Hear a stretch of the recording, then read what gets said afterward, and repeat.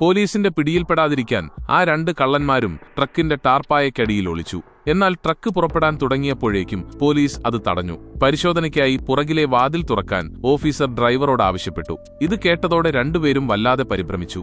Driver വാതിൽ തുറക്കാൻ തുടങ്ങിയതും കള്ളന്മാരിൽ ഒരാൾക്കൊരു ബുദ്ധി തോന്നി. ടാർപ്പായ താഴേക്ക് തൂങ്ങിക്കിടക്കാതിരിക്കാൻ ശരീരം മുകളിലെ മെറ്റൽ ഫ്രെയിമിലേക്ക് അമർത്തിപ്പിടിക്കാൻ അവൻ കൂട്ടാളിയോട് ആംഗ്യം കാണിച്ചു. വാതിൽ തുറന്നപ്പോൾ ട്രക്കിന്റെ ഉൾഭാഗം പൂർണ്ണമായും ശൂന്യമാണെന്ന് തോന്നിപ്പിച്ചു. പുറത്തുനിന്ന് നോക്കിയപ്പോൾ ടാർപ്പായ അമർന്നിരിക്കാതെ സാധാരണ നിലയിലായിരുന്നു. ഡ്രൈവർ വാതിൽ അടച്ചതോടെ അവർ സമാധാനിച്ചു. എന്നാൽ അവർ ചെറുതായൊന്ന് അനങ്ങിയപ്പോൾ ടാർപ്പായയും ഒന്നിളകി. ഇത് ഒരു പോലീസ് ഓഫീസറുടെ ശ്രദ്ധയിൽപ്പെട്ടു. അദ്ദേഹം മുകളിൽ കയറി പരിശോധിക്കാൻ തീരുമാനിച്ചു. ഗോവണിയിലൂടെ ആരെങ്കിലും കയറി വരുന്ന ശബ്ദം കേട്ടപ്പോൾ അവർ വേഗത്തിൽ തങ്ങളുടെ ഭാരം ക്രമീകരിച്ചു. ടാർപ്പായ മുകളിൽ നിന്ന് നോക്കിയാൽ മിനുസമായും വലിഞ്ഞും ഇരിക്കത്തക്ക രീതിയിൽ കൈകളും കാലുകളും ഉപയോഗിച്ച് അവർ താഴേക്ക് ആഞ്ഞുപിടിച്ചു. മുകളിലെത്തിയ ഓഫീസർക്ക് അസ്വാഭാവികമായി ഒന്നും കാണാൻ കഴിഞ്ഞില്ല.